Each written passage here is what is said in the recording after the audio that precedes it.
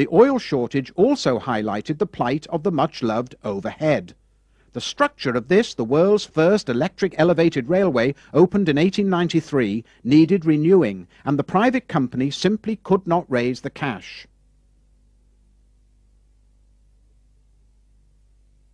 Overlooked by the White Star Building, an overhead train rumbles above the tram tracks on Man Island. The 7-mile line ran through the city, linking Dingle in the south with Seaforth and Litherland in the north. Offering some shelter from Liverpool's driving rain, the elevated structure was known locally as the Docker's Umbrella. At 3 points, trams had clattered over the dockboard railway running under the overhead. This was the busiest station. From here it was 4.5 miles to the northern terminus. Fares were remarkably cheap for the thousands employed in and around the dock estate.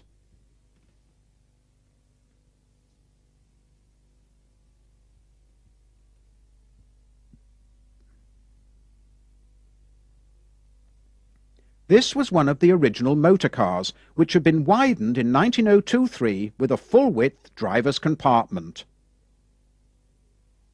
The railway offered regulars and visitors unrivalled panoramas of the busy port.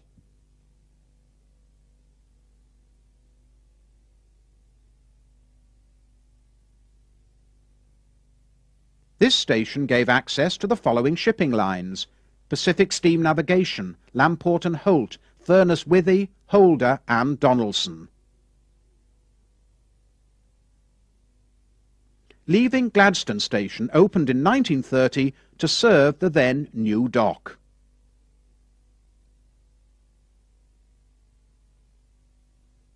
The semaphore signals controlling Seaforth Sands and the adjacent car shed were operated from the tiny signal box on the left.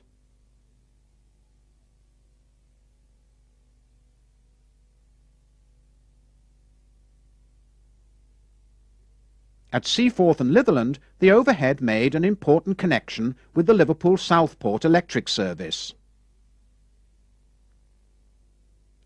As traffic levels had declined dramatically during the early 50s, the company, faced by the need to renew the structure, had opted to close the line.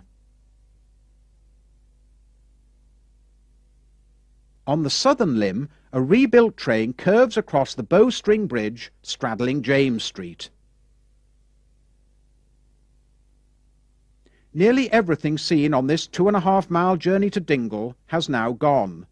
The railway itself, the warehouses and the sheds, the pubs, brothels and small industrial firms, the old dock road, the railway yards and locomotive sheds. Again, Alf recorded these memorable scenes of part of Liverpool's long-vanished industrial heritage. With seats for 242, the driver applied the Westinghouse air brake on this, one of the line's 4 sets of wide units.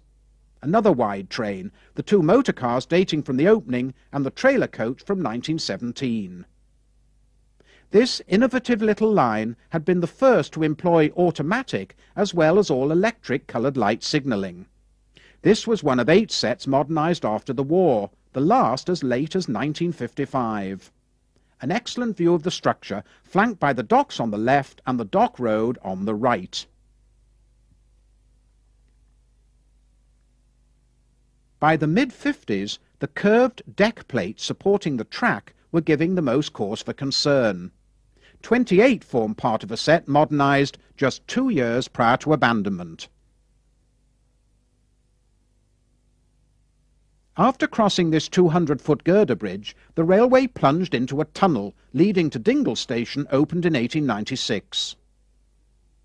With no hope of financial support, this unique Merseyside institution made its lofty way into the history books on the 30th of December 1956.